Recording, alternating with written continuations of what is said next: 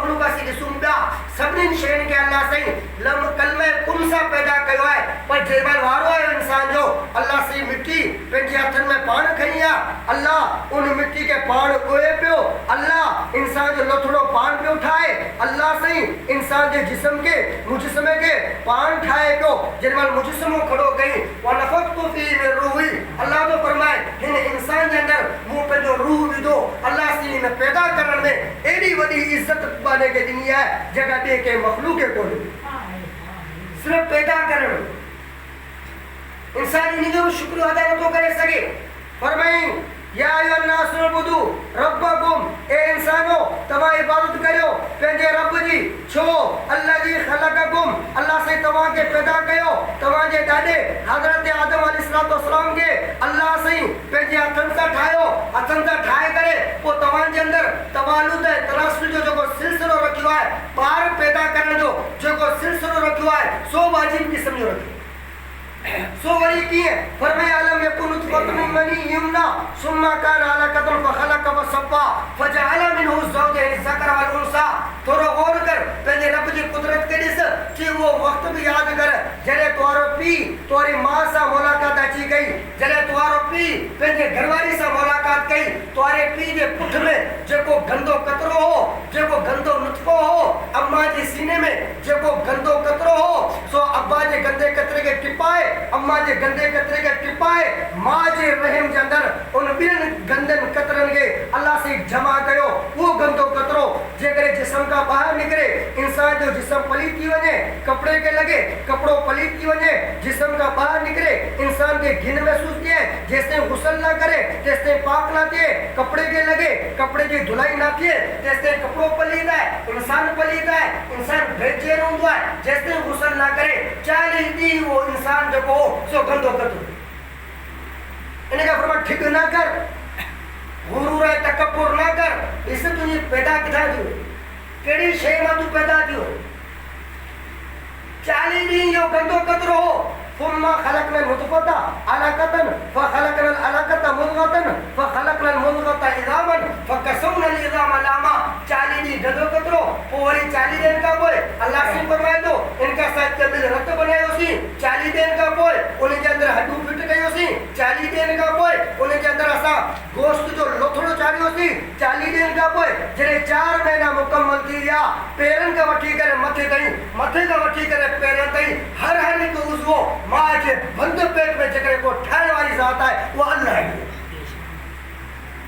अल्लाह जे फरमाई हुव الذي يصبركم في الارحام كيف يشاء हुव الذي يصبركم في الارحام كيف يشاء दुनिया जे अंदर ठाहिण वारा कारीगर अवां घणा ॾिठा हूंदा दुनिया जे ठाहिण वारे खे का शइ खपे सा रोशनी बि खपे मादो बि खपे खुलो मैदान बि खपे असांखे न का मूं रब इंसान खे ठाहींदो आहियां मां जे बंद पेट जे अंदरि न का मूंखे मादे जी ज़रूरत आहे न का मूंखे खुले मैदान जी ज़रूरत आहे न का मूंखे रोशनी जी ज़रूरत आहे फी ज़ुलुमातिन सलास 3 उंदाइनि में मां जे पेट जी उंदाई आहे मां जे रहम जी उंदाई आहे मां जे रहम जी जेका झिल्ली हूंदी आहे तंहिंजी उंदाई आहे 3 उंदाइनि में हसीन जमील इंसान खे ठाहिण वारी जेकॾहिं का ज़ात आहे उहा अल्लाह जी आहे तव्हां घणा ज़ोर ॾियो आहे जेकॾहिं अल्लाह न चाहे हा तव्हां पैदा ई कोन थी सघो या पैदा करण वारी ज़ात कंहिंजी आहे ॻाल्हायो हिकिड़े अल्लाह अफ़राइतुम मा तुमनून अअंतुम तख़लुक़ूनहु अम नहनुल ख़ालिक़ून ए बाने तूं कॾहिं गौर कयो आहे जॾहिं तूं पंहिंजी घरवारी सां मुलाक़ात कंदो आहीं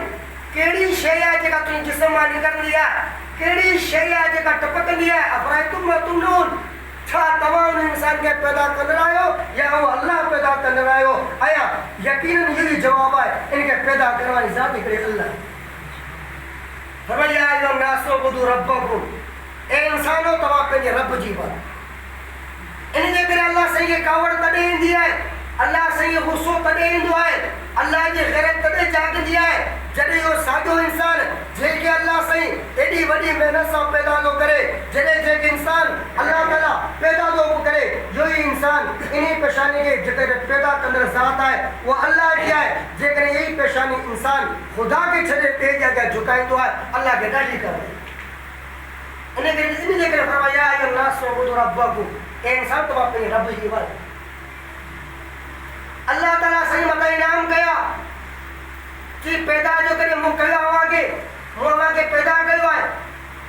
इबादत जी लाइ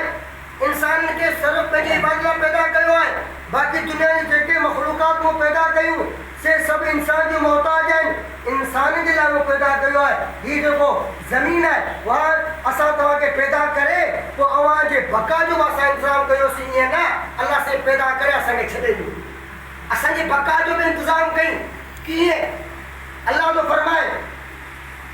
अल्लज़ी जअल लकुमुल अर्ज़ फ़िराशा,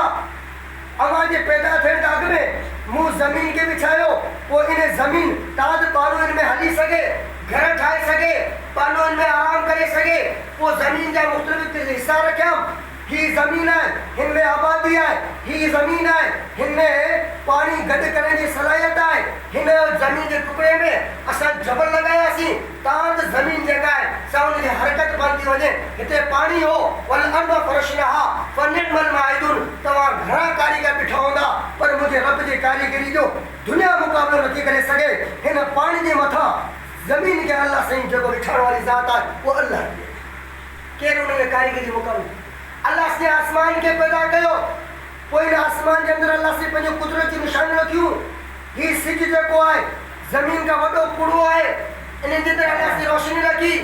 हीउ जेका चंड आहे ज़मीन खां वॾो आहे, इन में अल्लाह से चांदान रखी। सिज जे अंदरि रोशनी रखी, चंड जे अंदरि चांदान रखी,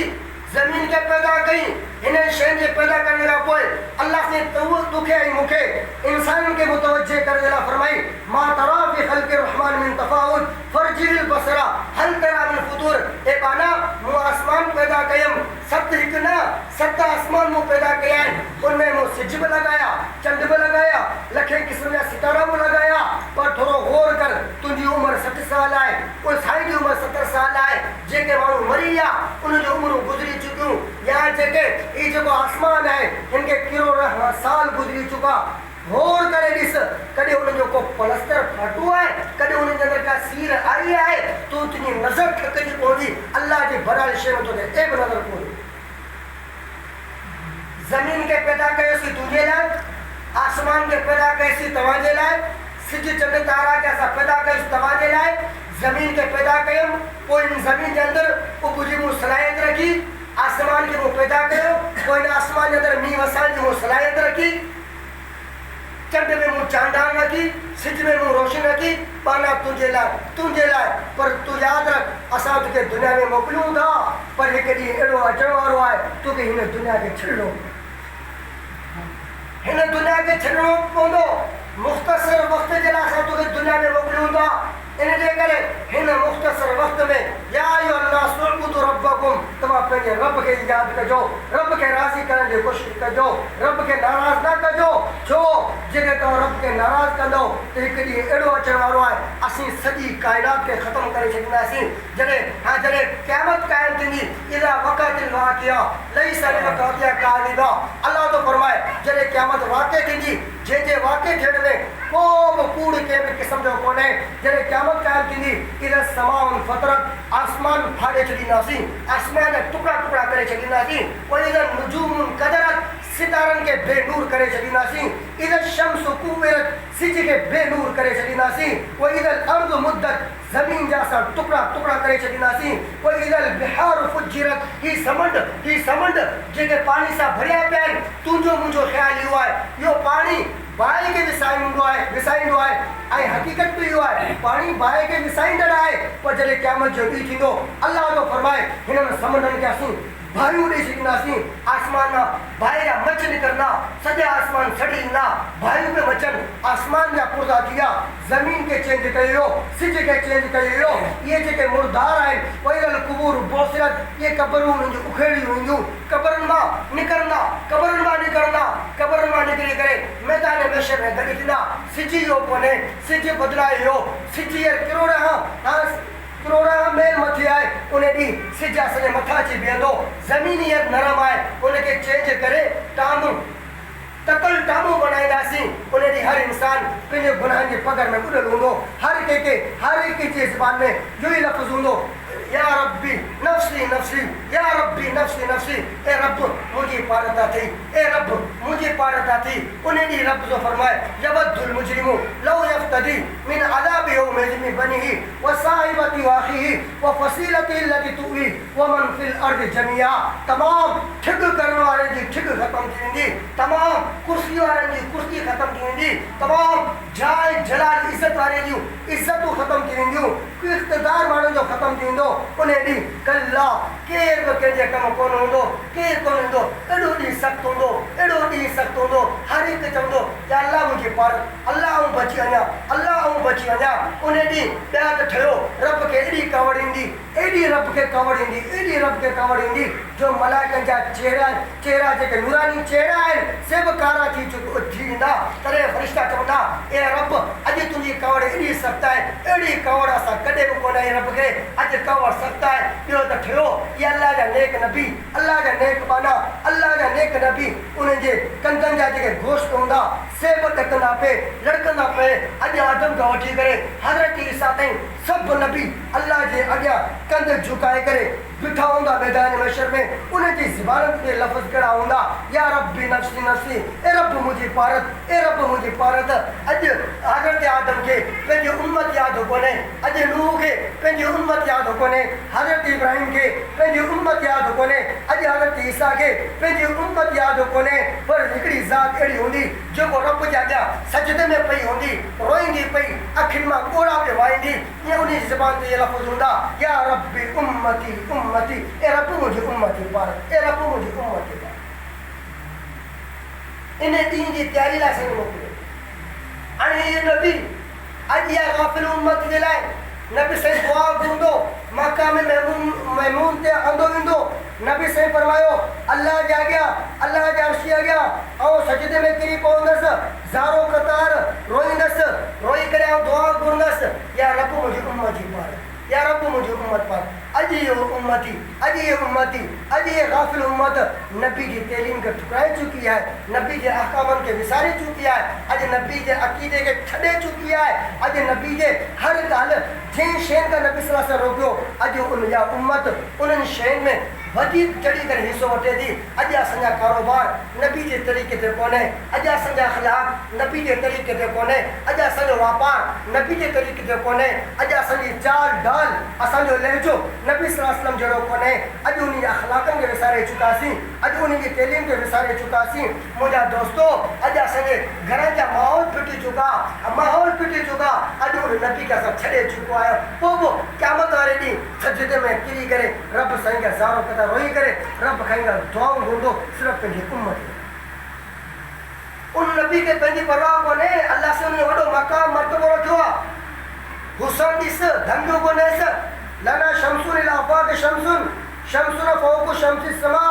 सिज खे ताक़त कोन्हे जो मोहम्मद सल्लल्लाहु अलैहि वसल्लम जे हुसन जो मुक़ाबिलो करे, चंड खे ताक़त कोन्हे मोहम्मद सल्लल्लाहु अलैहि वसल्लम जे मुक़ाबिलो करे। कमाल ॾिस, सभु नबी साईं जे झंडे हेठां बीठल हूंदा, आदम खां वठी करे हज़रत ईसा ताईं जेके बि नबी आया से सभु नबी जे झंडे हेठां बीठल हूंदा। हाणे सभु नबी, ऐं छो त इहो नबीअनि जो नबी जेकॾहिं केरु आहे त हज़रत मोहम्मद मुस्तफ़ा सल्लल्लाहु अलैहि वसल्लम। एॾो हुसन, एॾो कमाल, एॾी वॾी इज़त, सभु नबीअनि जो सरदार। पर इहो ई नबी ताइफ़ पे वञनि था, पंहिंजे जिस्म खे रतो रत करियो था, लहू लहा कनि था। कंहिंजे लाइ? रत करे पोइ वरी दुआ पियो घुरे, कंहिंजे लाइ? पंहिंजी उम्मत। ओहद में पंहिंजा ॾंद मुबारक शहीद कराया, शहीद कराए करे दुआ कनि पिया, पंहिंजे लाइ न, उम्मत जे लाइ। सती आसमान किरास करे, अर्श मोहल्ला किरास करे, रब जे साम्हूं वेठा कचारी कनि, उन टाइम ते पारत कनि पिया त उम्मत जी पारत कनि पिया। ए अल्लाह मुंहिंजी उम्मत जी पारत आहे। आख़िरी टाइम आहे, आख़िरी पसा आहिनि। जिब्रील आयो आहे कि जिब्रील वञे रब खां पुछा करे मूंखे मुंहिंजे वञण खां पोइ मुंहिंजी उम्मत जो कहिड़ो हाल थियो। अल्लाह साईं खे चवणो पियो वञा सौफ़ युअतीका रब्बुका फतरदा, ए मोहम्मद साहब वञण खां पोइ तुंहिंजी उम्मत जे बारे में तोखे ख़ुशि करे ॾींदुसि। एॾो महिरबानी नबी असांखे हुई। अॼु असां हुनजे हुकुमनि खे ठुकाए तइलीम। अॼु असांजा घर जेके आहिनि न इस्लामी मुताबिक़, असांजे अॼु असांजे घर में पर्दो ख़तमु थी वियो। नबी जी तइलीम खे असां पंहिंजे घर मां कढे छॾीसीं। कहिड़ो पर्दो? अहिड़े क़िस्म जो पर्दो हूंदो। हज़रत फातिमा रज़ी अल्लाह ताला अन्हा नबी सल्लल्लाहु अलैहि वसल्लम न्याणी है नबी से वठो घर वठो पिया वञनि नबी से आगे आहे अम्मा फातिमा पोयां आहे भई हलन पिया नबी सल्लल्लाहु अलैहि वसल्लम पंहिंजी निगाह पोयां करे ॾिठो त अम्मा फातिमा ओ उन जगह ते पैर रखे पई जितां उहो पैर खणा पियो अम्मा फातिमा पंहिंजा पैर मुंहिंजे पेरनि जे मथां रखे पई तॾहिं नबी सल्लल्लाहु पुछा कयो अम्मा इहा छा पई करी तॾहिं अम्मा फातिमा कहिड़ो जवाबु ॾिनो कि बाबा ए मुंहिंजा सोना बाबा ए मुंहिंजा नबी ए अल्लाह जा रसूल अल्लाह जा रसूल ऐं तव्हांजे पेरनि जे मथां पेर इन जे करे रखां पई तव्हां त पोयां केरु ईअं न चवे त मुंहिंजी वजन खां पोइ ईअं केरु न चवे त नबी साईं जी जेका न्याणी फातिमा हुई उनजे पेर जी माप एतिरी कंहिंखे ख़बर न अहिड़े क़िस्म जो पढ़जो इमाम ग़ज़ाली रहमतुल्लाह अलैह हिकिड़ो वाक़ियो लिखियो आहे पंहिंजे किताब जे अंदरि कि मदीने शहर जे अंदरि मुंहिंजी हिकिड़ी अम्मा हुई हिकिड़ी न्याणी हुई वो वॾो बुरको पाए करे बाज़ार में निकिती आहे अचानक हवा तेज़ लॻी बुरको मथे थी वियो हिकिड़ो कमीनो बाज़ार जे अंदरि वेठो हो उनजी नज़र इनजे चेहरे ते पइजी वई तॾहिं उहो हमरा चवणु लॻो या हिब्बती वाह आईना के ए मुंहिंजी महबूबा तुंहिंजी अखि केॾी न सुहिणी आहे अम्मा जी पेरनि हेठां ज़मीन निकिरी वई या ग़ैरत हुई उन ज़माने में अम्मा जे पेरनि हेठां ज़मीन निकिरी वई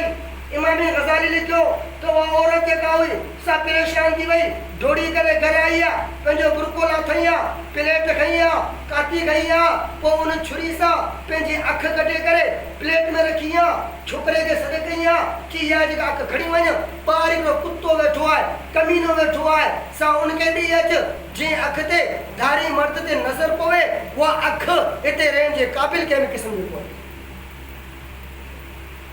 या गैरत हुई छोकिरो ॾी आहे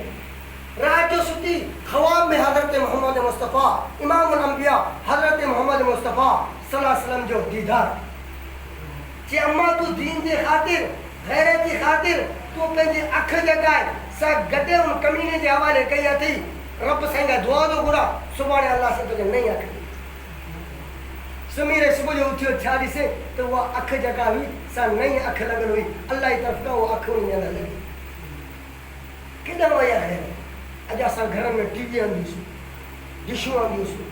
फिल्मूं लॻियूं पिया वॾा मोबाइल खणी करे घर में आंदासीं असां में अॼु पर्दो ख़तमु थी वियो असांजे नियाणे में पर्दो ख़तमु थी वियो अॼु असांजे मुआशिरे में व्याज आम जाम आहे अॼु असांजे मुआशिरे में कूड़ आम जाम आहे इहो सभु जेकॾहिं असां इन नबी जे तरीक़े छॾे चुकासीं मूंखे ॿुधायो इहो नबी मैदान मशर में असांजी शिफ़ात कीअं कई अवां सभिनीनि खे यकीन आहे क़यामत ईंदी को बि शक कोन्हे यकीन आहे न क़यामत ज़रूरु ईंदी पोइ ॿुध तिरमिज़ी शरीफ़ जी हिकिड़ी रिवायत आहे नबी सल्लल्लाहु अलैहि वसल्लम फरमायो क़यामत जे वेझो हिकिड़ी ज़बरदस्त बुख ईंदी माण्हू बुख में मरंदा हिकु अहिड़ो साल ईंदो जंहिं साल में ज़मीन पंहिंजा 2 हिसा ज़ाहिर कंदी हिकिड़ो हिसो लिकाईंदी आसमान पंहिंजा 2 हिसा वसाईंदो हिकिड़ो हिसो लिकाईंदो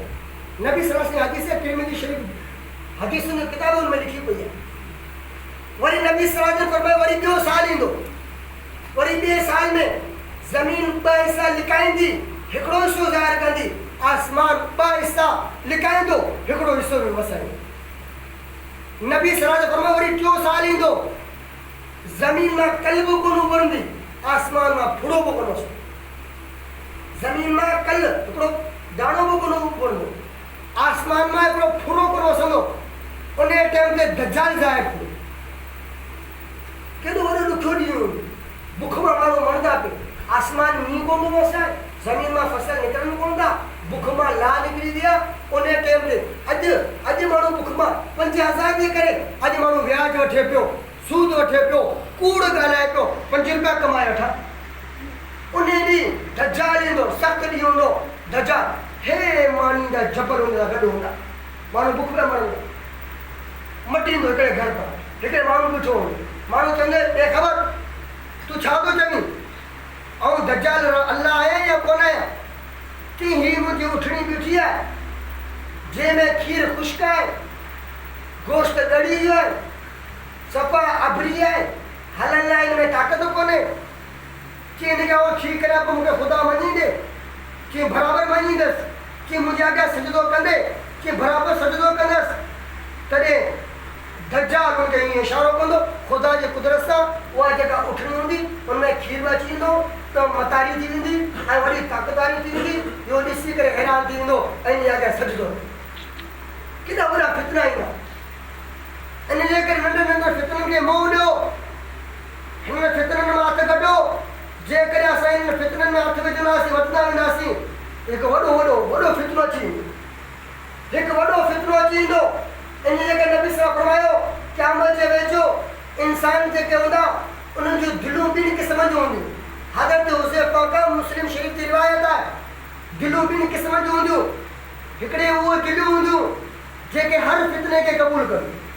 हर फितने खे क़बूल कंदियूं क़यामत जे वेझे फितना उथंदा कॾहिं कादियानियत जो फितनो आहे कॾहिं गुस्ताख़ रसूल जो फितनो आहे कॾहिं जेको आहे गुस्ताख़ सहाबा जो फितनो आहे कॾहिं व्याज जो फितनो आहे कॾहिं बेपर्दगी जो फितनो आहे जॾहिं इहे फितना ज़ाहिर थींदा नबी साहब जे फरमायो इन फितननि खे मोह ॾिजो मुक़ाबिलो कजो जेकॾहिं कुझु अहिड़ा माण्हू हूंदा जेके हर फितने खे क़बूल कंदा अबा तुंहिंजी जेका न्याणी आहे बाज़ार में मथो उघाड़ो करे हले पई कि अवां मुल्ला आहियो डकानूस आहियो तरक़ी याफ़्ता दौर आहे हर कंहिंखे पंहिंजी इजाज़त हुजे हर कंहिंखे पंहिंजी मर्ज़ी आहे अब साईं अब व्याज खाओ पिया इहो व्याज जो फितनो आहे या कोन व्याज खाओ पिया साईं मजबूरी आहे दुनिया जो कारोबार आहे इहे हमी मुल्ला थो चओ व्याज पर मजबूरी आहे छा करे इहो फितने खे क़बूल पियो करे दिलि हर फितने खे क़बूल करे नबी साईं जे इज़त ते हमिलो कयो पियो वञे अब छा आहे हमिलो कनि पिया न इज़हार आज़ादी हर कंहिं आज़ादी मिले हर फितने खे क़बूल जेकॾहिं को अहिड़ी दिलि हूंदी नबी सिफरा पोइ जेका दिलि आहे न जेका हर फितने क़बूल थी करे पोइ इहा दिलि कारी सफ़ाकारी अस्वादन मरदूदन भजनकारी एॾी सख़्तु कारी थी वेंदी जीअं कीअं दिलो हुजे पाणी जो दिलो पाणी जो उन दिले जे पाणी दिले खे ऊंधो करे पोइ पूरी टांकी जेका पाणी जी उन जे मथां विझ त उन दिले में हिकु फुड़ो पाणी जो अंदरि कोन वेंदो कोन हूंदो नबी से फरमायो पोइ इन दिलि जेका आहे साईं इन दिले वांगुरु ऊंधी थींदी पोइ जेका ॻाल्हि चवंदे फितना ईंदा सभिनी फितरनि खे क़बूल कंदो अलाह जी दर ते कोन पोइ क़यामत जी मुजरा